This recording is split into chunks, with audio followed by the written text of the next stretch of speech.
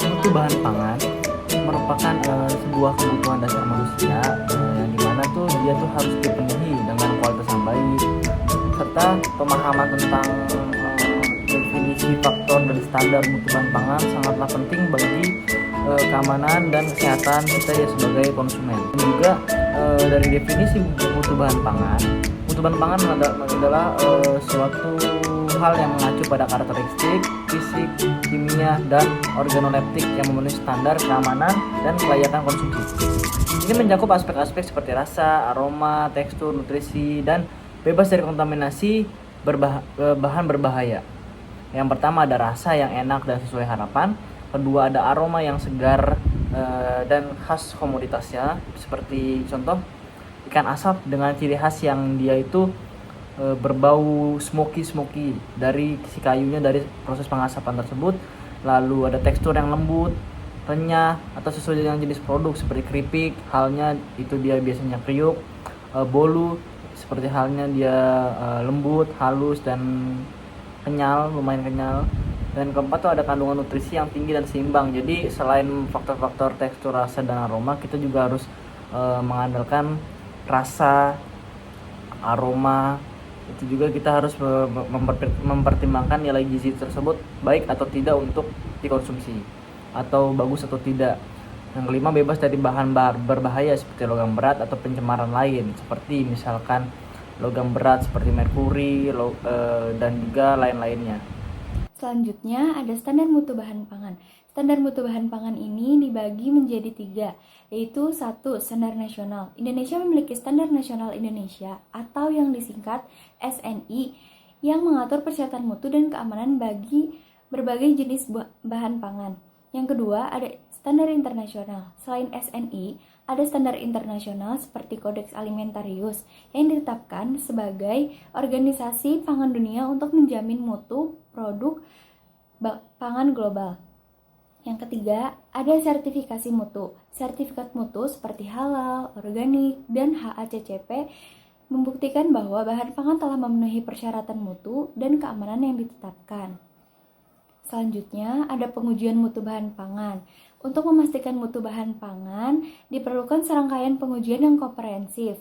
Pengujian ini mencakup analisis fisik, kimia, mikrobiologis, dan organoleptik untuk mengukur parameter kualitas seperti rasa, aroma, tekstur, kandungan nutrisi, dan keamanan produk.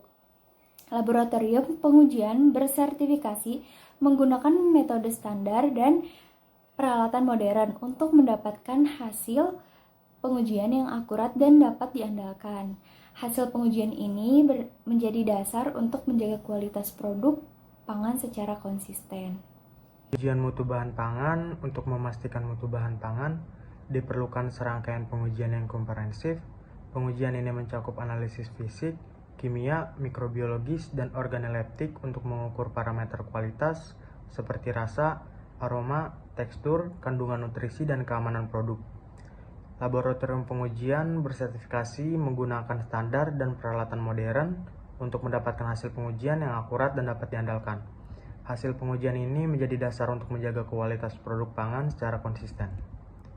Di metode pengawasan mutu bahan pangan, ada pengawasan produksi, kontrol kualitas yang dilakukan selama proses produksi, termasuk pemeriksaan bahan baku, sanitasi, dan pengendalian suhu, serta kelembapan.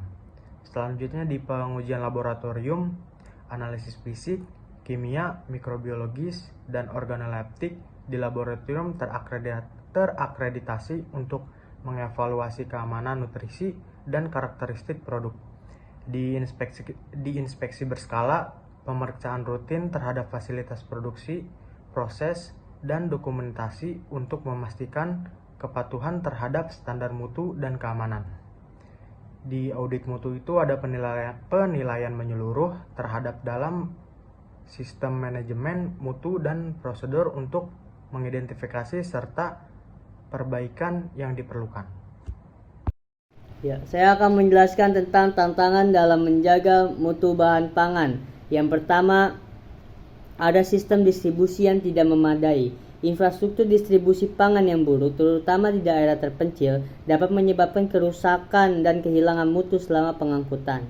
Yang kedua, ada keterbatasan pengetahuan produsen. Masih banyak produsen yang kecil yang belum pangan kecil yang belum memahami pentingnya menjaga mutu dan menerapkan standar keamanan yang baik. Yang ketiga, kesadaran konsumen yang rendah. Sebagian besar konsumen Indonesia masih lebih memperhatikan harga daripada mutu pangan, sehingga mendorong produsen untuk mengabaikan kualitasnya. Yang keempat, ada lemahnya penegakan hukum, pengawasan dan sanksi yang lemah terhadap pelanggar standar mutu pangan menyebabkan masih banyaknya produk yang tidak aman beredar di pasaran. Oke, selanjutnya ada inovasi dalam penjaminan mutu bahan pangan. Dibagi menjadi 3, ada teknologi pengolahan terkini.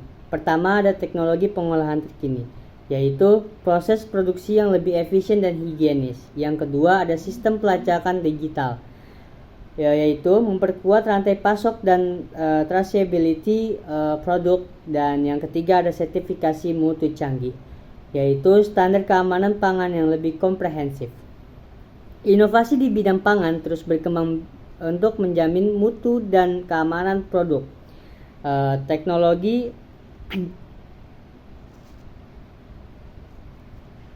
Teknologi pengolahan yang lebih maju, sistem pelacakan digital, serta sertifikasi mutu yang lebih canggih membantu produsen memenuhi standar keamanan pangan yang semakin ketat. Upaya ini meningkatkan kepercayaan konsumen terhadap produk pangan lokal. Terima kasih. Informasi dalam penjaminan mutu bahan pangan. Pertama, teknologi pengolahan terkini, proses produksi yang lebih efisien dan higienis. Kedua, sistem pelacakan digital, memperkuat rantai pelosok dan traceability produk. Ketiga, sertifikat mutu canggih, standar keamanan pangan yang lebih kooperatif. Inovasi di bidang pangan terus berkembang untuk menjamin mutu dan keamanan produk. Teknologi pengolahan yang lebih maju, sistem pelacakan digital, serta sertifikat mutu yang lebih canggih membantu produsen memenuhi standar keamanan dengan pangan yang semakin ketat. Upaya ini meningkatkan kepercayaan konsumen terhadap produk pangan lokal. Kesimpulan dan rekomendasi. Menjaga mutu bahan pangan di Indonesia merupakan tantangan yang terus berlanjut. Diperlukan upaya kolaboratif antara pemerintah, industri, dan konsumen untuk meningkatkan kesadaran menerapkan standar yang ketat, serta mengadopsi teknologi informatif dalam rantai pelosok pangan. Rekomendasi mencakup penguatan sistem pengawasan dan penegak hukum, peningkatan kapasitas produsen serta edukasi konsumen agar lebih memperhatikan aspek mutu dan keamanan pangan. Dengan kerjasama yang sinergis, Indonesia dapat menjadi negara dengan sistem pangan yang lebih terjamin dan terpercaya. Sertifikat Halal dan BPOM RI. Sertifikat halal merupakan pengakuan kehalalan sebuah produk yang dikeluarkan oleh Badan Penyelenggara Jaminan Produk Halal atau disingkat dengan BPJPH, yang didasarkan fatwa halal tertulis yang dikeluarkan oleh MUI atau Komite Fatwa Halal.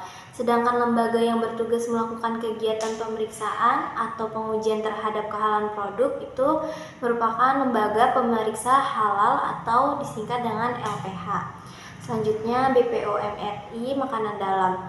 Ini merupakan perizinan berupa izin edar untuk produk pangan yang diproduksi oleh industri makanan besar dan berasal dari dalam negeri, atau industri yang menghasilkan produk dengan bahan dasar susu menggunakan bahan tambahan pangan tertentu seperti pengawet, penguat rasa, pewarna, dan lain-lain, atau mengusung klaim tertentu seperti fungsi makanan sebagai makanan pendamping ASI atau MPASI, makanan untuk lansia, dan lain sebagainya.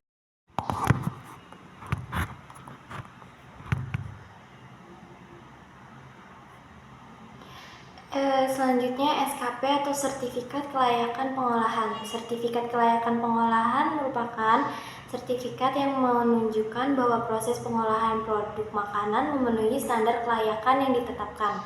Cara mendapatkannya, ajukan permohonan ke instansi terkait seperti Dinas Kesehatan atau BPOM, siapkan dokumen seperti laporan produksi, sistem manajemen mutu, dan hasil uji laboratorium.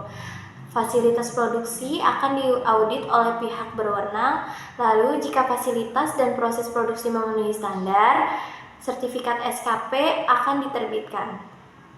Selanjutnya, PIRT atau produk industri rumah tangga. Sertifikat ini dikeluarkan oleh Dinas Kesehatan untuk produk pangan yang diproduksi oleh industri rumah tangga.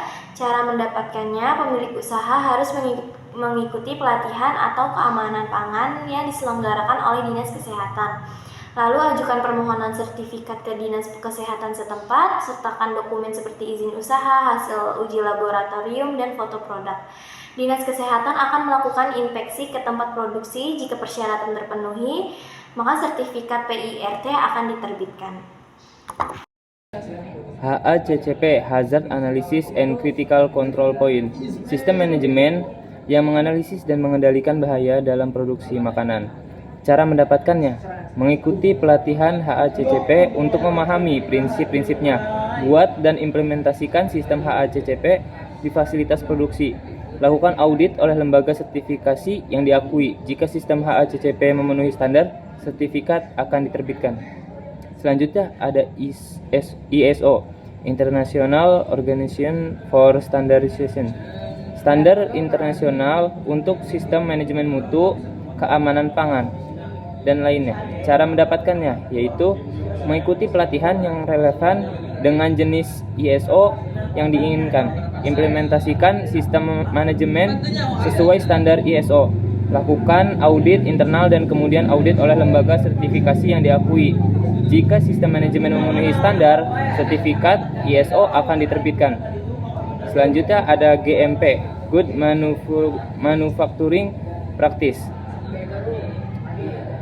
Pedoman untuk memastikan produk diproduksi secara konsisten dan sesuai dengan standar kualitas. Cara mendapatkannya yaitu mengikuti pelatihan tentang praktik produksi yang baik, implementasikan GMP di seluruh proses produksi, lakukan audit oleh lembaga sertifikasi yang diakui. Jika semua praktik memenuhi standar GMP, sertifikat akan diterbitkan.